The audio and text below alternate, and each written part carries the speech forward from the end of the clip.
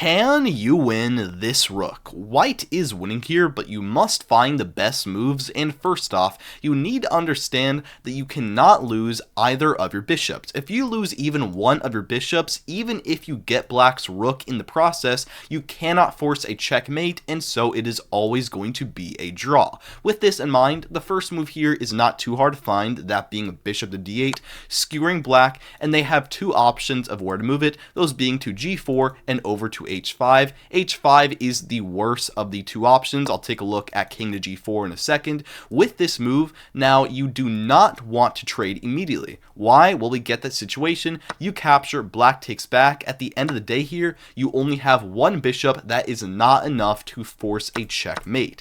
Instead, what you need to do is need to force black's king away from the defense of the rook. That way, you can win black's full rook here. How do you do that? Well, you want to play the move bishop to e2, attacking black's king. Black does not want to move it away, which would allow you to capture black's rook, at which point you have two bishops and you can perform a two bishop checkmate, which of course I'm sure you know how to do. Instead, black here is going to try and block that with a rook to g4 check, at which point don't capture once again, simply run your king away.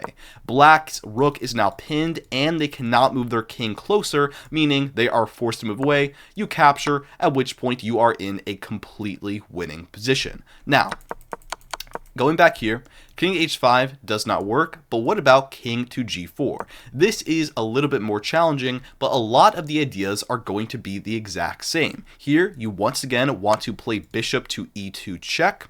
Black wants to run down to g3 to keep the defense of the rook, and now you can play, not capturing, but bishop to c7 check. Black's only legal move here is to block that with the rook, at which point we get a similar situation once again. Black is pinned here with the rook, and their king is mostly cut off, meaning we want to play a waiting move here, but we need to be careful. If we play a waiting move like king over to h1, then what black can do here is play king to f2, simultaneously attacking your bishop and getting out of the pin. That way, you capture, they capture. Once again here, you have one bishop, and this is a draw. Same reason you don't want to move bishop to h5 here as another waiting move, because then king to h4 with a very similar result, and this is once again a draw. Instead, here you want to play the only winning move, bishop down to d1, a very inoffensive waiting move that forces black to move their king away, or they can play check first, but here, just move your king, block it. Now they are forced to move their king away. You capture like this, at which point you win black's pawns, and you now perform a two bishop checkmate.